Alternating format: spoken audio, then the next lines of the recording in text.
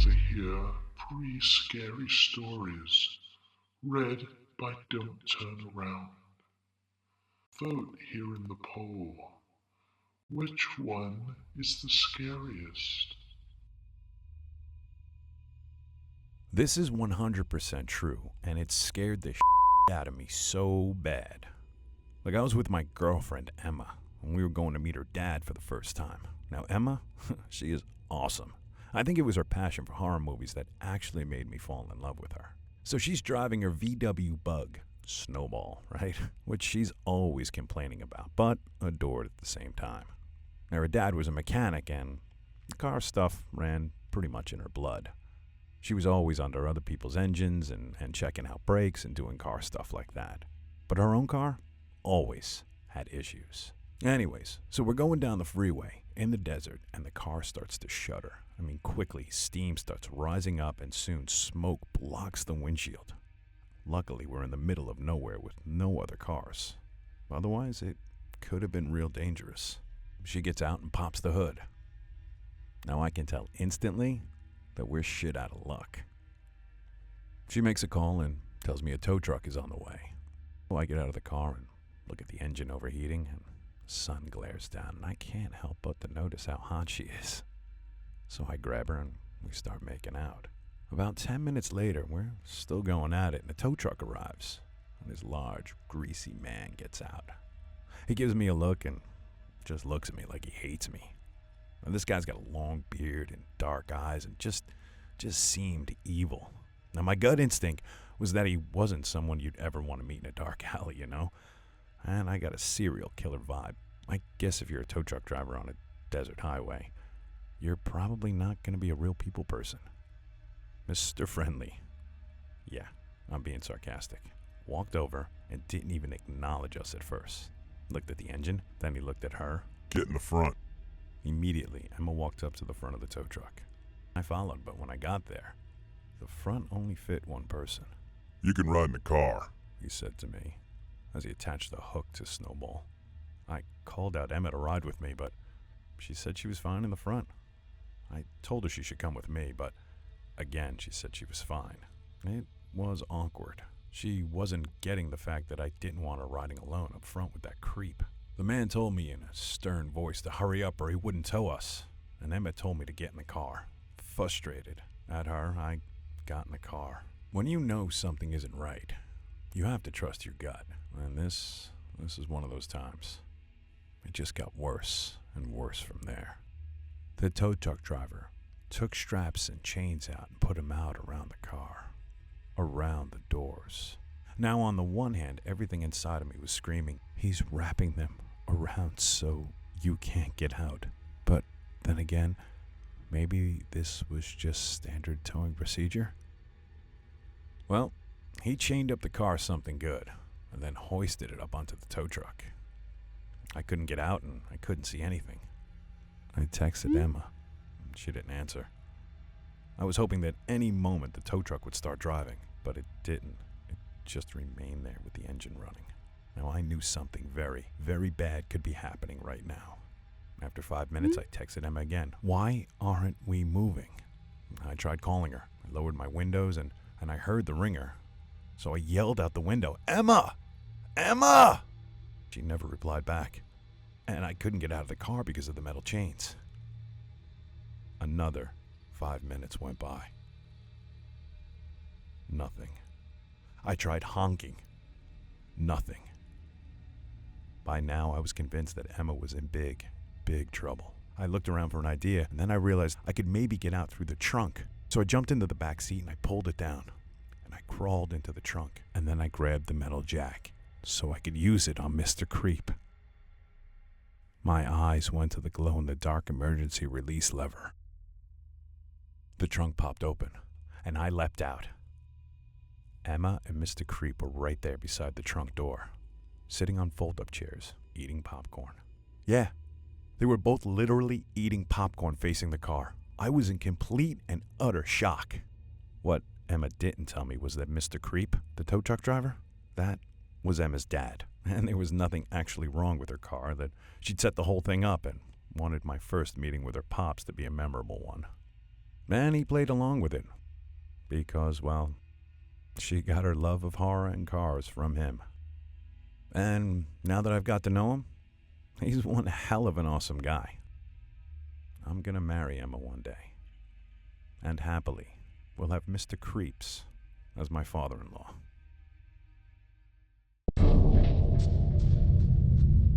Now I'm driving home on the 405, and it's 11 p.m. on a Friday night. We're driving back from San Diego. It's me, my wife, and my little baby girl in the car seat in the back. I'm in the lane next to the carpool. Cars are going by really fast. On this freeway, it scares the hell out of me. The 405 going north is a big freeway. I mean, it's like 5 lanes. So when I first got to Los Angeles, it was intimidating to drive here. But after a while, you just kind of get used to it, I guess. It's kind of like riding a bike.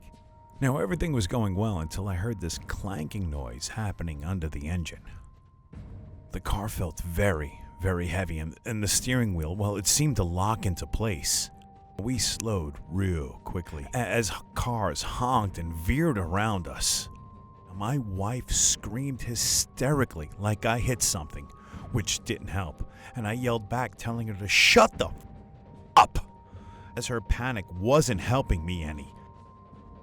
I had to think, and I had to think quick. Huge trucks rumbled by on either side of our car, and it shook.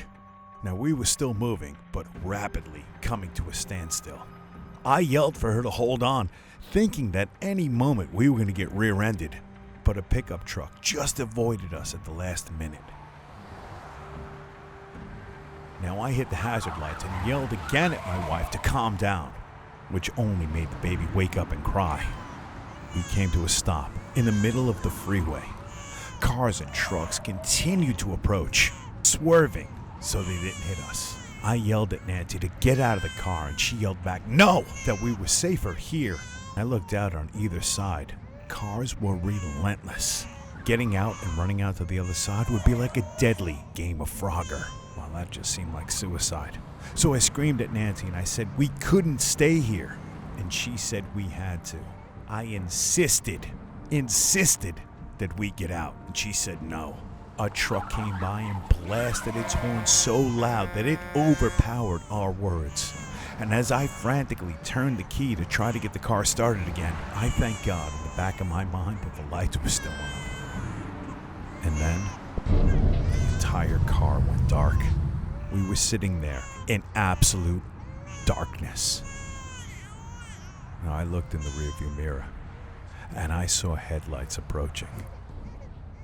I turned to Nancy. We have to go now. I opened my car door hoping she would do the same. And as I stepped out of the car, boom! I was knocked down to the ground and I remember spinning upside down. As I landed, I heard the skidding and the screeches of tires. I was dazed and I got to my feet and I stumbled. Something was wet on my forehead, which I now know was blood. And across the way I saw my wife on the ground. Thank God she was still alive. I saw lights, so I hurried to the car, or what was left of it. It was upside down and cut into pieces. The tires were bent and there was just twisted metal dangling loosely. There were glass shards spread out all over the floor and the roof was caved in. So I slowly approached. And then I looked in the car. She was in her car seat, but she was still motionless. I so badly wanted her to be in tears. My heart sank. I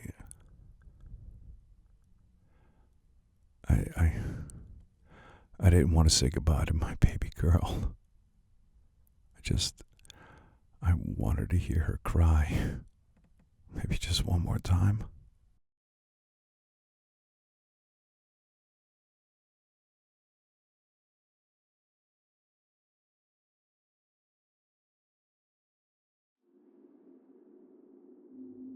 Here's a story for you.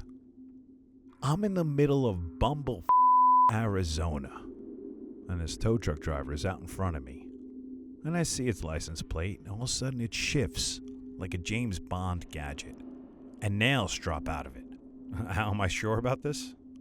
Let me back the up and tell you. First of all, it's just me and this ass clown out on the road for the last 20 minutes out in the middle of the desert. Now the sun's going down and he's coming up on my ass trying to kiss my bumper, so I give him the finger. He off and speeds up and overtakes me on the dirt side and makes a sharp shift towards me. Now if I hadn't hit the brakes when I did, he would have run my ass right off the road. So I'm looking at this fucker's license plate and I'm going to report his ass to my brother who's a cop. I shit you not, as I'm looking at his license plate, a sliding door opens up and these things come flying out onto the road. So I see this real quick and boom, I stop. So I get out and I see what they are, and they're nails. Fucking weird. So I think he goes around spilling these nails out on the ground to give his company some business. Now when people's tires bust, well, they call for a tow truck. And he shows up as their knight in shining armor. Man, what a fucking ass. So I drive around them, but I see he's stopping up ahead, and he's sitting in his car. Now I stop, as I know goddamn well he's seen me get out and look at the nails. And well, I'm thinking the worst as, like I said, we're in the middle of the Bumble desert. And I'm in the type of place that I can see bodies being buried. And in my head, I'm thinking, what if this guy's got a gun or something? And what if, as I drive by, he shoots? So I hit reverse, and then my car jerks. God damn it, I ran over one of those nails. How the did I do that? Shit, I don't know, but my tire goes down, and it goes down quick. And now I'm sitting there with him facing me. So I pull up my phone and I call 911, but sure as shit, there's no service. Then he turns on his headlights. Now the sun is going down too, so I'm thinking I'm getting minute by minute. It's only gonna get darker. So I see him get out of his truck and stand there, and he's staring in my direction. Now, he's a big with huge shoulders, and he's holding something. Now I can't quite tell what it is, but from his posture, it looked like some type of weapon.